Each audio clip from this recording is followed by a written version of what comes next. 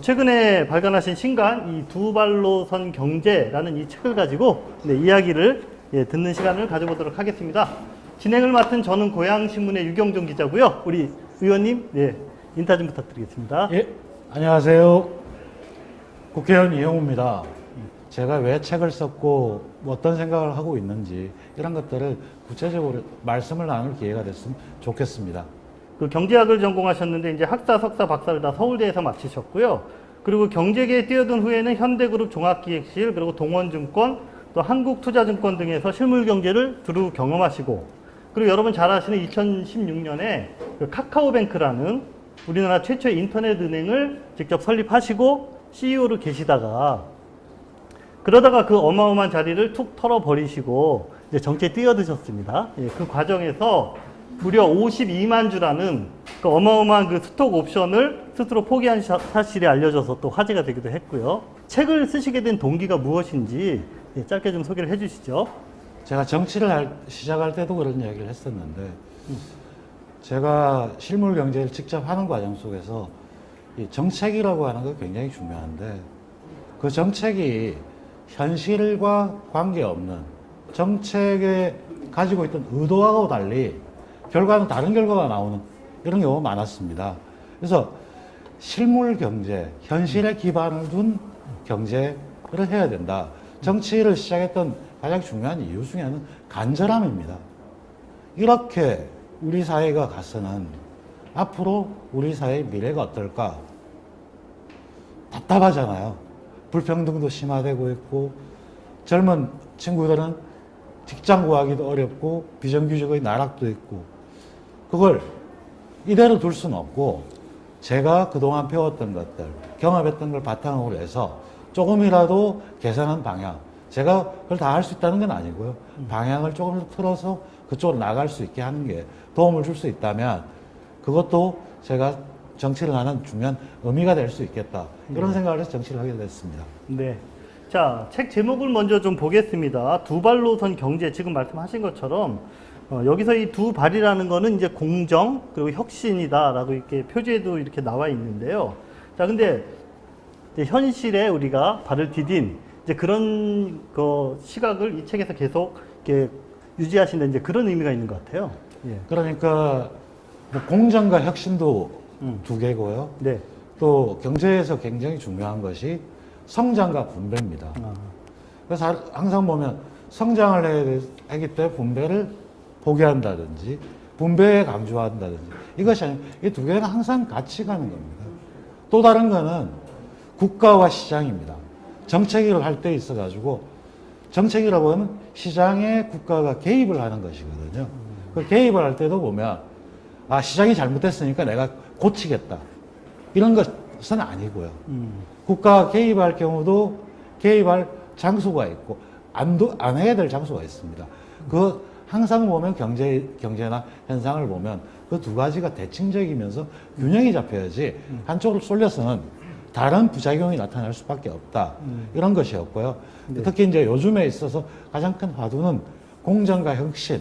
지금 우리 사회에서 가장 중요한 게 불평등의 심화를 어떻게 해결할 것인가. 이 문제인데 그 문제는 대한민국만의 문제가 아닙니다. 전 세계 모든 나라에서 겪고 있는 문제인데 그 문제를 우리가 어떻게 접근해야 될까. 그거에 대해서 한번 써본 것입니다. 네. 자, 여러분 지금 이렇게 오프닝 멘트만 좀 들어보셔도 좀 느낌이 오시죠? 보통 정치인이 새로운 책을 냈다 그러면 어떤 느낌 드시나요? 이것도 선거철 다가왔나 보다. 그래서 대개는 이제 선거를 앞두고 책 한 권 내고 공식적으로 출판 기념회하고 뭐 이제 후원금도 모금하고 이런 거를 여러분들이 연상하시는데 자, 이 책은 그런 여러분들의 선입견을 내려놓으셔도 좋을 것 같습니다. 뭐 아시다시피 지금 선거철도 아닌데 이 책을 내셨고 그리고 그 내용을 특히 읽어보면 어떤 정치적인 수사나 아니면은 그런 무슨 목적성이나 이런 거를 전혀 찾아볼 수가 없습니다. 내년이 대통령 선거입니다. 대통령 선거에서 많은 공약들이 쏟아져 나올 겁니다. 내년 선거에 정책의 이런 방향의 것을 고민을 같이 하기 위한 화두를 던졌던 것입니다. 그래서 제가 이 책을 출간하자마자 저희 당의 경우에 있어가지고 저희 당 6명 후보한테 바로 보내줬습니다. 그리고 그분들이 말로 하지 마시고 좀 더 내용을 보시고 고민을 같이 해야 되고, 대통령 후보로 나선 사람도 그렇고 여당도 마찬가지입니다.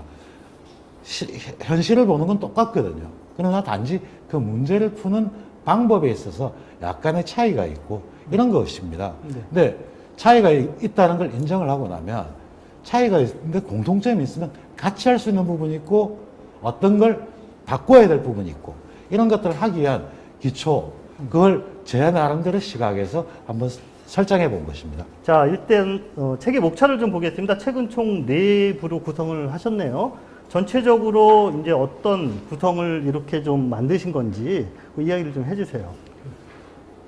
최근에 가장 크게 많이 문제가 되고 화두가 플랫폼입니다. 네.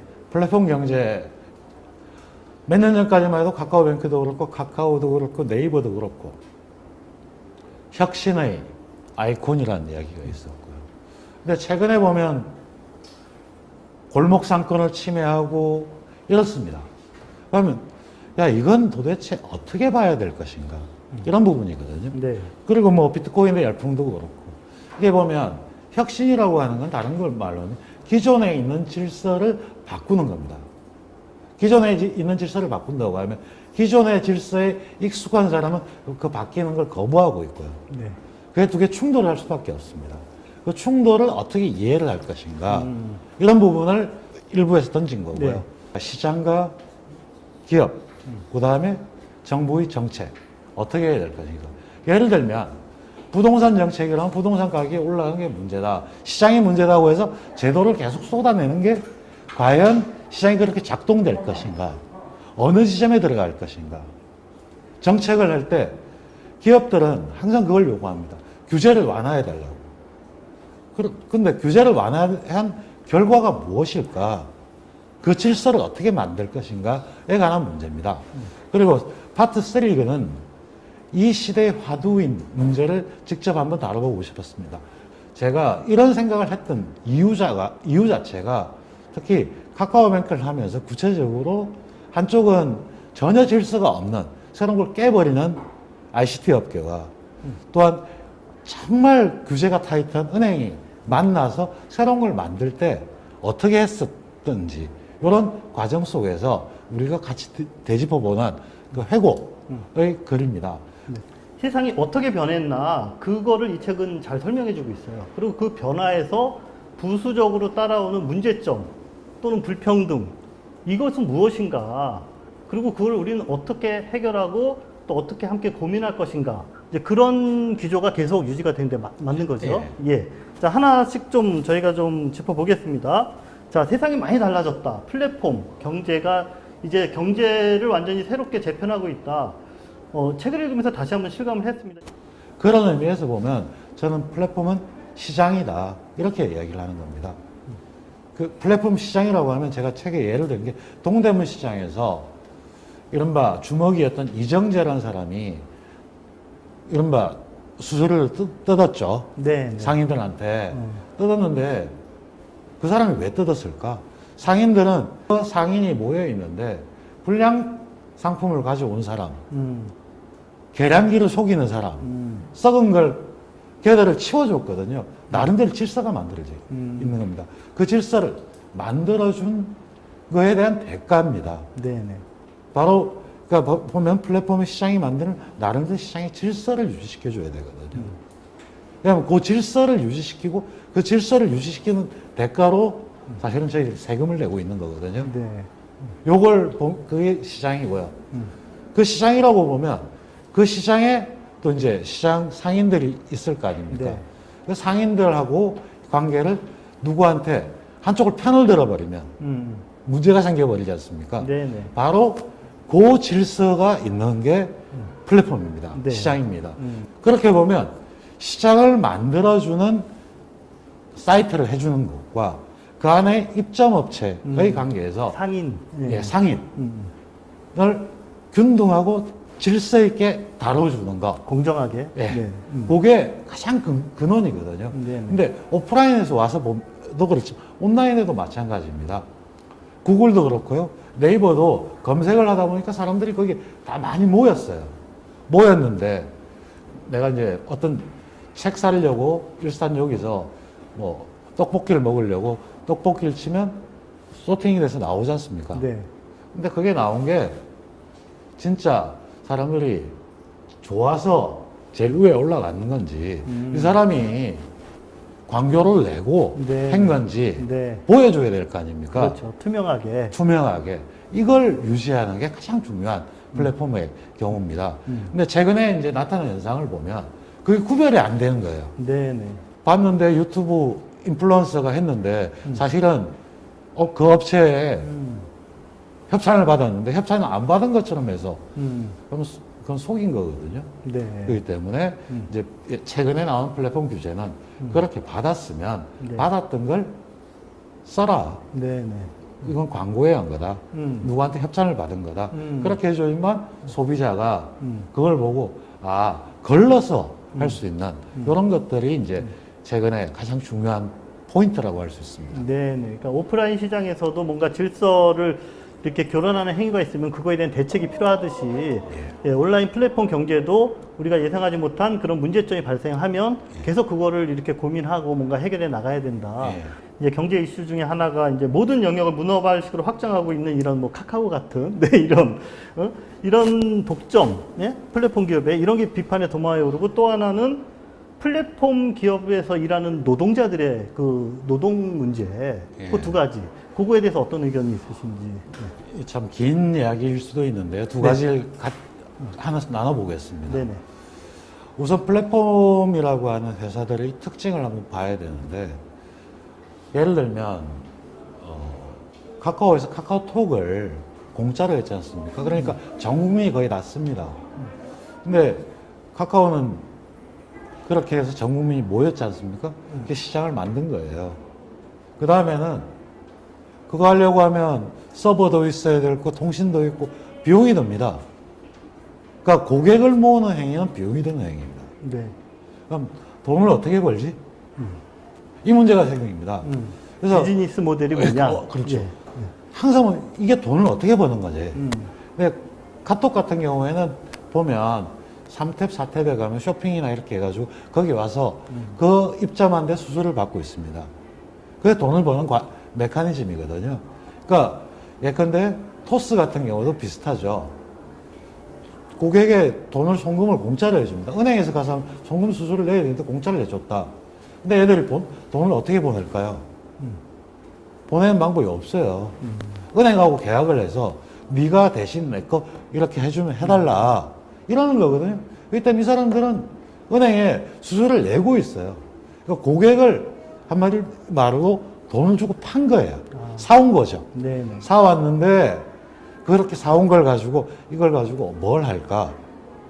바로 그쪽 사람들한테 어떤 걸 뭐 보험을 팔거나 뭐 펀드를 팔거나 하면서 팔아주면서 수수료를 받는 이런 메커니즘입니다. 그 두 가지가 같이 결합돼야 되는데 네. 실제로 아직까지 플랫폼 업체들 중에서 그렇게 흑자를 내는 회사가 별로 없습니다. 그러니까 플랫폼을 크게 만들었는데 아직은 그러니까 어떻게 돈을 만든 거에 대한 게 없다 보니까 자꾸 새로운 걸 돈 만들 추진을 하는 거예요. 이것도 해보고 저것도 해보고. 그러니까 이제 많은 걸 시도하죠. 네. 그러니까 예를 들면 카카오 대리 같은 것도 보면 둘이 연결해주고 빨리 해주는 건 아주 좋죠. 좋은데 그 사람들도 돈이 드는 거거든요. 카카오 모빌리티에서 돈이 들면 우리 돈은 어떻게 벌지? 하니까 저 수수료 99,000원 택시 기사가 내면 먼저 잡아줄게. 그다음에 카카오 블루가 있고 이러니까 우리들 입장에서 아니 저 공짜인 줄 알았는데 그거야? 이러면서 그러다 보면 생긴 현상은 그 기존의 업체들은 여기서 공짜를 축 치고 나가버리면 죽어버리거든요. 네. 그러면서 마음대로 할 수 있는 부분이 있기 때문에 네. 그 부분에 대한 이제 규제 이슈가 나오는 거고 네. 올해 내일부터 국정감사인데 아마 카카오 김범수 회장도 그렇고 여러 사람의 증인을 불려 나오게 돼 있습니다. 네. 이런 현상 때문에 그러다 보면 골목 상권이 가지고 있는 특성을 무너뜨리는 현상이 발생이 되거든요. 네. 그런 부분이 하나 있고요. 그다음 오히려 노동자 문제는 아주 쉽습니다. 네. 제가 중국집을 할 때 배달 사원이 있었다. 그럼 배달 사원한테 오토바이 내가 해주고요. 네. 얘가 사고 나면 산재도 내가 해줘야 돼요. 근데 이 사람이 독립 자영농업, 자영업자라고 하면 할 필요 없고 계약 관계거든요. 사고는 네가 책임져라. 근데 실제로 그걸 지휘 감독하는 게 뭐냐. 네. 이 문제에 딱 걸리는 거예요. 사실은 그거는 중국집에서 내줘야 될 부분이 있고요. 고객도 있어요.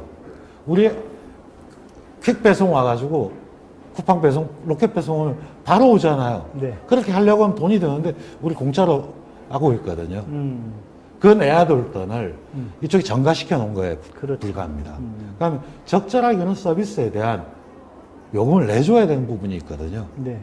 이게 이제 어떻게 사회적으로 합의를 이뤄낼 건가 네. 이런 문제에 걸릴 겁니다. 그러니까 정책이 그거에 대해서 예. 좀 직접적으로 효율적인 거를 이렇게 유도할 수 있도록 적극적으로 좀 개입을 해야 될 예. 필요가 있겠네요. 예, 그 경우도 이런 거 있습니다. 배달 같은 경우를 한번 보면 예를 들면 한양문고 여기도 그렇고 조그마한 이제 제가 뭐 떡볶이집을 하면 오시면 항상 저분은 그 단무지는 안 드시고 이것만 고객 정보를 알잖아요.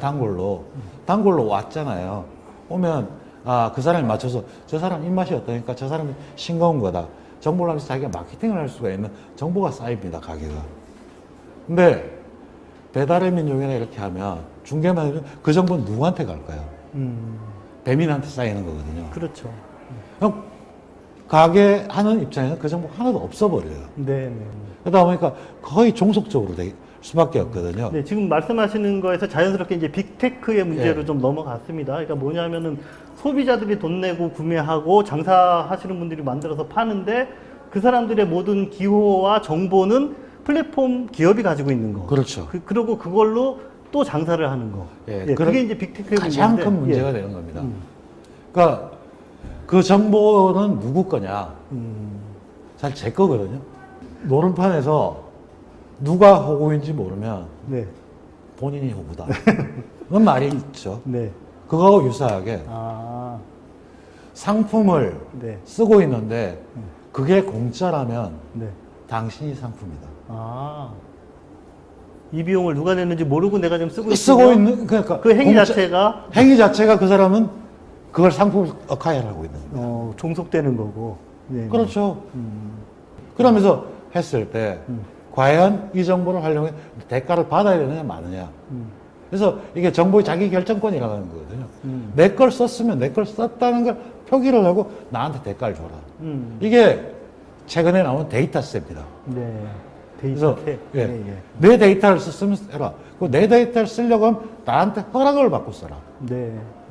허락을 받고 안 썼다면 잘못 이용하면 내 사생활이 다 노출되는 그렇죠. 이런 현상을 이야기하기 때문에 현재 그 추세가 굉장히 강합니다. 네, 네. 그래서 최근에 미국이나 EU 같은 경우에는 그런 거 잘못했을 때 과징금이 엄청나게 때려버립니다. 이런 현상들이 발생을 하고 있는 거예요. 책을 읽어보니까 가상자산은 제도권 밖에서 대안적 경제 영역을 이렇게 만들려고 하는 시도인데 네. 문제는 이게 이제 실질적으로 피해를 입는 사람들이 생기고 우리 경제 활동을 하는 데 있어서 이거를 무시 못할 만한 이런 게 나타나니까 이거를 제도권에서 탈출하려고 하는 시도였는데 제도권에서 이걸 보호해야 되지 않느냐. 이제 그런 논쟁이 이제 있는 것 같은데 의원님은 여기에 대해서 책을 보니까 지금 현 정부의 어떤 기조와는 약간 다른 입장을 좀 말씀하셨어요. 네. 금융위 하고 네. 하고 있는데요. 아마도 제가 주장하는 쪽으로 법안을 연내에 만들 수 있을 것 같습니다. 네. 근데 이걸 간단하게 하면 가상자산 거래소잖아요. 거래소면 자기가 팔고 있는 물건, 자기가 중개하는 물건이 뭔지를 표시해 정확하게 고객한테 알려줘야죠. 네. 자, 지금 보면 비트코인 거래를 하면서 비트코인이 뭔지에 대해서 설명이 있는 거 봤습니까? 그런 거 해라. 거래소를 하고 싶으면. 그 다음에 거래를 한다면 제가 예치를 해서 뭘 살 거 아닙니까? 네. 내가 예치한 돈은 내 돈이지 거래소 돈이 아니지 않냐. 그러면 거래소 망해도 좋으니까 별도의 기간에 예치를 해둬라. 네. 망하더라도 이건 찾을 수 있으니까. 그리고 내가 이걸 샀으면 그 자체를 또 별도의 예탁을 해둬라. 그런 규칙을 만들자는 게 가상자산 업법입니다. 네네. 현재까지 그런 규칙이 명확하지가 않았거든요. 그거는 상품이 아니다. 네네. 실체가 없는 거다.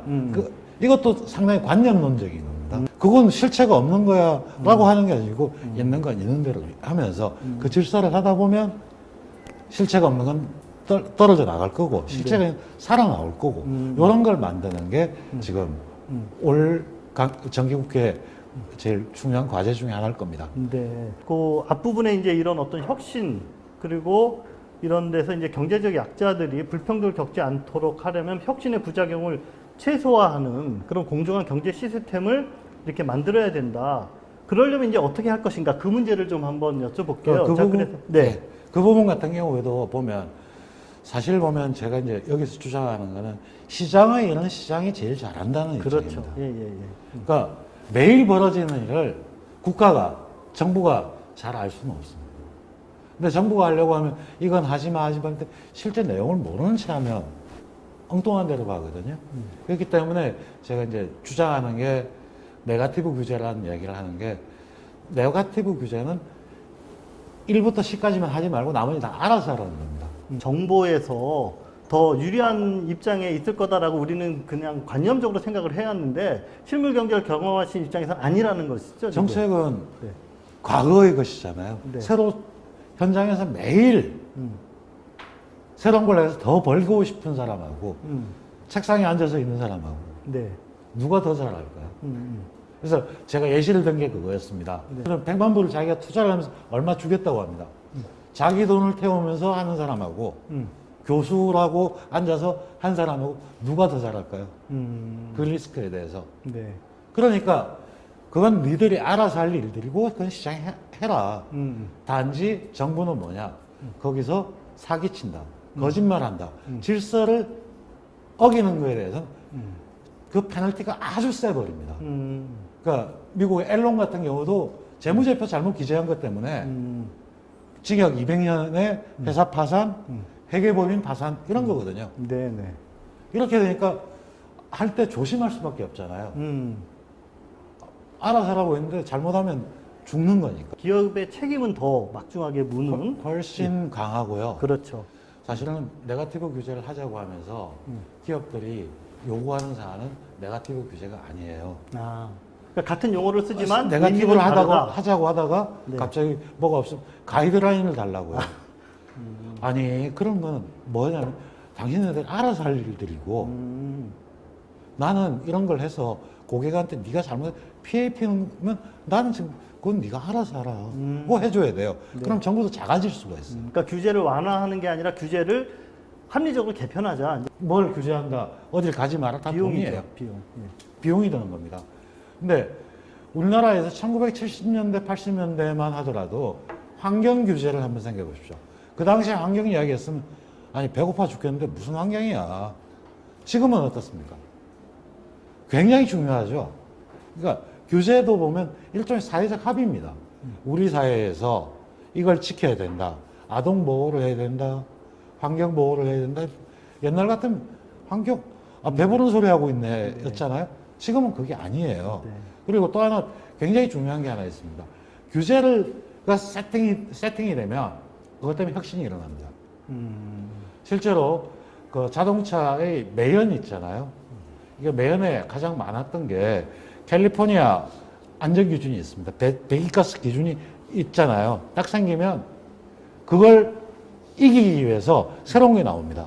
지금도 보면 환경기준 전기차가 왜 나오냐, 수소차가 왜 나오냐면 내연기관 쓰면 탄소 배출량이 먹기 때문에 언제까지 내연기관을 쓰지 않는다 하니까 살아남으려니까 새로운 걸 추진을 할 수밖에 없는 이런 현상이기 때문에 규제는 그 두 가지가 같이 따릅니다. 그 2007년 8년 금융 사태 이후로 한계가 왔다. 이제 그 얘기를 하셔서 그래서 시장 맞는 기능만으로는 이 불평등과 같은 구조적 문제를 해결하기 어렵다. 그래서 새로운 국가의 개입주의를 이제 좀 고민해야 된다. 이런 이야기를 하셨거든요. 그래서 조금 전에 하신 이런 네거티브 규제 이거와 국가의 개입주의 이거는 그냥 약간 좀 서로 모순되는 주장 아닌가요?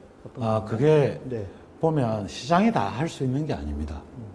시장이 이제 경제학적으로 실패하는 경우를 이야기하는 게 정보의 비대칭성, 그러니까 정보가 다를 때 생기는 현상인데, 예를 들면 저는 이제 금융회사에 있었지 않습니까? 그럼 금융 소비자가 있을 겁니다. 그 상품에 대해서 누가 제일 잘 알까요? 전문가가 잘 알았습니다. 네. 그러면 속일 수가 있어요. 그런 경우에 있어가지고 국가 개입이 필요합니다. 그리고 이제 대표적으로 이제 시장 실패를 이야기하는 걸 때 보면 이른바 경제학에서 외부 경제라는 게 있는데, 제가 예를 들면 이러겠습니다. 서울 시민들 있잖아요. 그 상수원으로 가면 팔당 이런 데 상수원 보호구역이 있잖아요. 네. 보호구역에는 뭐 공장도 못 짓고요. 여러 가지 제한이 많잖아요. 네. 그거 사실 왜 그 상수원에 있는 사람들이 재산권을 제한을 할까요? 서울 시민을 위해서. 그렇죠. 당연히 그러면 서울 시민이 세금을 더 내서 그쪽 사람들 줘야지 맞습니다. 근데 주고 있나요? 안 주고 있죠? 네, 그렇죠. 이런 것들을 그래서 국가 개입이 필요한 겁니다. 그 이야기가 이제 4장에 나오는 거예요. 그죠? 그래서 카카오뱅크를 실제로 이렇게 처음에 만드시고 그럴 때 그 과정에서 그 성공 요인은 무엇이라고 보시고, 그 다음에 또 규제 정부와 이렇게 부딪히시면서 느끼셨던 가장 중요한 거는 서로 다른 주체들이 만났다. 그리고 한쪽이 일방적으로 힘이 센 게 아니었습니다. 지분 구조를 보면 한토가 50%였죠. 카카오 10%밖에 없었거든요. 근데 카카오라는 이름을 썼잖아요. 그리고 카카오의 주소록이라든지 이런 플랫폼을 이용을 했습니다. 그러고 공동대표였어요. 공동대표는 둘이 사인을 같이 안 하면 아무것도 못 합니다. 그러면 저는 이제 금융권에 있었던 사람이기 때문에 이건 이렇게 한다는데 저쪽에서 그렇게 하면 우리는 못해요 하면 그 사람은 설득을 해야 됩니다. 그리고 저쪽에서 뭐라고 하면 야 그러면 사고 나. 그러니까 사고 안 나게 해야 됩니다. 이것도 굉장히 늦어요. 네. 늦지만 이 긴장관계가 계속 유지됐기 때문에 전혀 다른 게 나타난 거죠. 그래서 제 표현에는 가끔 쓰는 게, 만약에 카카오뱅크를 ICT 카카오가 주도를 했으면 아마 오픈을 못했을 거고요. 네. 만약에 금융권이 주도했으면 뭐 어나더 소울 됐을 거다. 두 개가 달랐고 싸우고 하는 과정 속에서 네. 새로운 게 나타났다. 그래서 책에서는 타원을 이야기했습니다. 타원의 정의라고 하는 게 중심이 두 개 있고 두 개를 연결한 같은 거거든요. 그 중심이 하나로 합쳐져 버리면 원이 돼서 똑같은 게 나타나 버립니다. 그러니까 서로 다른 거, 네. 다른 걸 인정하고 다투는 과정 속에서 새로운 게 나오지. 야, 이건 원래 이렇게 하는 거야. 따라와. 하는 순간 옛날랑 똑같은 거 되고요. 네. 이런 게 차이였을 겁니다. 네. 지금 들어보니까 카카오의 성공에서도 역시 두 발로 선, 네, 그런 구조가 큰 역할을 했다, 또 이런 생각이 좀 드네요. 본인이 어떤 법안 발의하고 계시고 또 어떤 거 준비하고 계신지 짧게 좀 이야기해 주세요. 사실 책 속에 많이 나와 있기도 한데요. 네. 청년기본자산법입니다. 청년기본자산법은 우리 청년들이 20살 되면 사회에 나오지 않습니까? 부모나 이런 차이에 따라 가지고 재산이 그러니까 스타트 라인이 차이가 나고 이런데, 그걸 방지하기 위해서 일종의 역의 국민연금이에요. 우리나라에서 누가 태어나면 네. 정부가 매달 그 사람한테 20만 원씩 적립을 해보자. 그러면 18살 되면 6,400만 원 나옵니다. 그러니까 비과세이기 때문에 거의 1억을 그 사람한테 꼽아주는 겁니다. 해서 그 돈을 창업이나 학업이나 집을 구하는 데 쓸 땐 인출할 수 있게 해주고, 그걸 국민연금 좀 운용하게 만들어주는 건데요. 투자를 하게 해서 활성화시키는 이런 메커니즘을 하는 법안을 발의해놨습니다. 그 법안은 48분이 공동 발의를 할 정도로 굉장히 했고요. 제가 작년에 교회원 되고 난 다음부터 해야 될 것 같아가지고 쭉 준비를 했는데, 올 1월 달에 미국의 하원에서 그 차일드 펀드라고 하는 그 유사한 제도가 나왔고요. 영국에서도 그런 케이스도 있었고, 처음에는 이게 어디서 있느냐 했는데 그 법안이 굉장히 중요합니다. 근데 이게 뭐 어떤 의미냐면 이 국민연금은 뭐가 되냐면 현재 우리 세대가 있지 않습니까? 우리 어르신하고 연대를 하는 겁니다. 그러니까 과거의 어르신과 현대 세대의 연대고요. 과거 세대와 현대 세대의 연결이 국민연금이다. 예. 청년기본자산은 현재 우리와 미래 세대의 연대입니다. 이런 위기가 왔을 때 제일 약한 쪽부터 당하게 돼 있거든요. 그렇죠. 그쪽에 비축을 해서 그걸 지원할 수 있는 이런 메커니즘을 만드는 거, 이런 법안들에 관심이 많아서 법안을 제출해 놨고요. 그다음에 뭐 제가 금융 쪽을 하고 있기 때문에 뭐 금융 감독 체계의 문제라든지 제도를 새로 디자인해야 될 것들, 이런 부분의 법안을 많이 준비했었습니다. 네. 지금 말씀하신 그런 법안들에 대해서도 이 책을 보시면 이제 어떤 핵심적인 내용 또 주장하시는 바가 무엇인지를 잘 이해하실 수가 있습니다. 네, 이 책에서 특히 공공의료 같은 경우도 정말 저는 강조하고 싶은 것 중에 하나입니다. 코로나 팬데믹이 와서 지금 제일 힘든 게 약자들이죠. 약자잖아요. 근데 우리가 굉장히 잘 대처했던 거는 국민들의 협조입니다. 그래서 제가 이제 우리 정부에 대해서 상당히 비판적인 부분이 그 지점이 있습니다.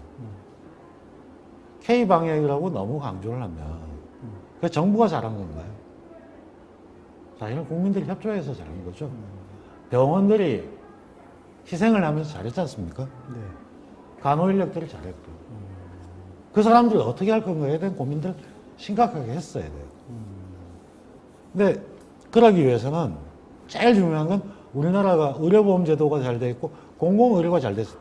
그러면 우리나라의 공공병원이 비중이 얼마냐? 7%밖에 안 됩니다.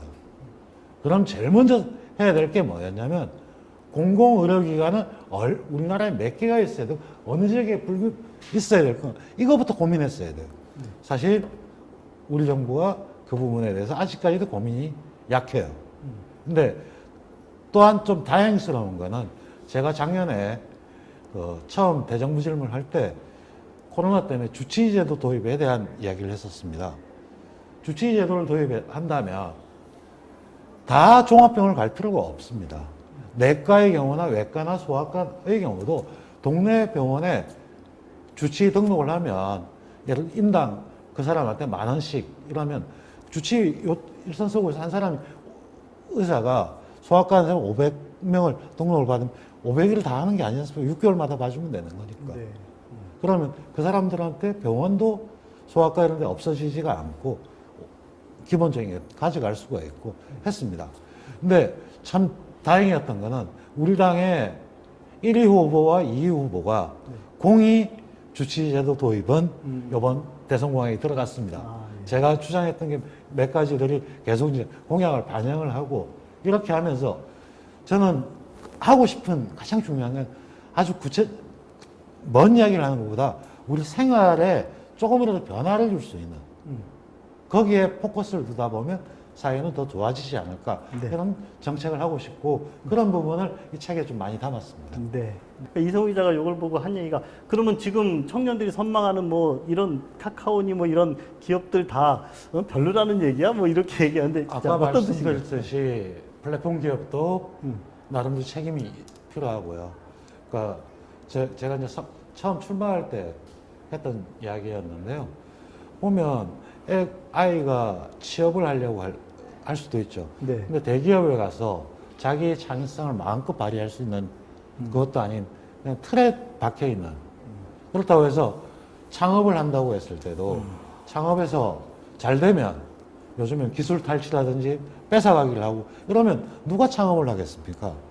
그게 아니고 그 사람 창업을 그다음에 실패를 할 수도 있어요. 사업 잘못하다 실패하면 신불사 돼요. 그게 아니고 그 실패를 보듬어줘서 키울 수 있는 사회. 그러려면 사회 공동체가 어느 정도 백업을 해줄 수 있는 그런 사회가 돼야 된다는 거죠. 네. 지금 우리 사회가 과연 그럴까? 마지막으로 이제 그 우리 요 유튜브 보시는 분들에게 그리고 또 지역에 대한민국의 모든 이런 이 책을 읽을 예비 독자들에게 인사를 해주세요. 이런 자리가 아니더라도 이걸 몇 가지 파트로 나누어서 좀 더 구체적으로 이제 할 기회를 많이 가졌으면 싶습니다. 저는 그 정치인이라고 해서 뭐 제가 선거에 자유로운 사람은 아니겠죠. 그러나 중요한 거는 우리가 가지고 있는 과제를 나 혼자 풀 수 있는 게 아니고 같이 풀 수 있는 게 뭘까? 같이 대화를 하면서 풀어나가야지만 앞으로 전진을 할 수 있다고 생각하거든요. 나만 알 수 있고 내가 맞다 이렇게 하는 게 아니고 우리는 서로 다른 존재고 다르면 서로 공통되는 게 있으면 그 합치된 거 하나라도 조금씩 해나가다 보면 사회는 바뀌지 않을까 이런 생각을 가지면서 앞으로 해나갈 거고요. 그 마지막으로 드리고 책을 쓴다는 게 굉장히 부담스러운 일입니다. 특히 저 같은 정치인한테요. 왜냐하면 책에 써놓으면요. 이거대로 안 하면 나중에 이게 증거가 돼서 저한테 칼로 돌아옵니다. 그래서 제가 정치할 때 누가 초심을 잃지 말라고 계속했는데 이게 아마 증거물로 제 발목을 잡을지도 모릅니다. 네. 그러니까 제 나침판이 되는 그런 책으로 시작을 할 겁니다. 그래서 앞으로도 이런 이슈가 있을 때 또 책을 계속 쓰는 게 저를 다시 돌아보게 하는 그런 과정이 아닐까 싶습니다. 네. 자, 이용우 의원님을 이렇게 신뢰하고 지지하시는 분들도 이 책을 사야 되겠고요.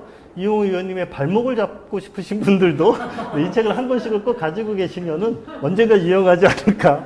자, 이용우 의원님이 오늘 이렇게 토크를 통해서 저희에게 제시해 주신 모든 고민들에 우리들도 함께 동참해서 좀 이렇게 앞으로도 또 새로운 자리에서 고민하는 시간을 좀 가졌으면 좋겠다 그런 생각을 해봅니다.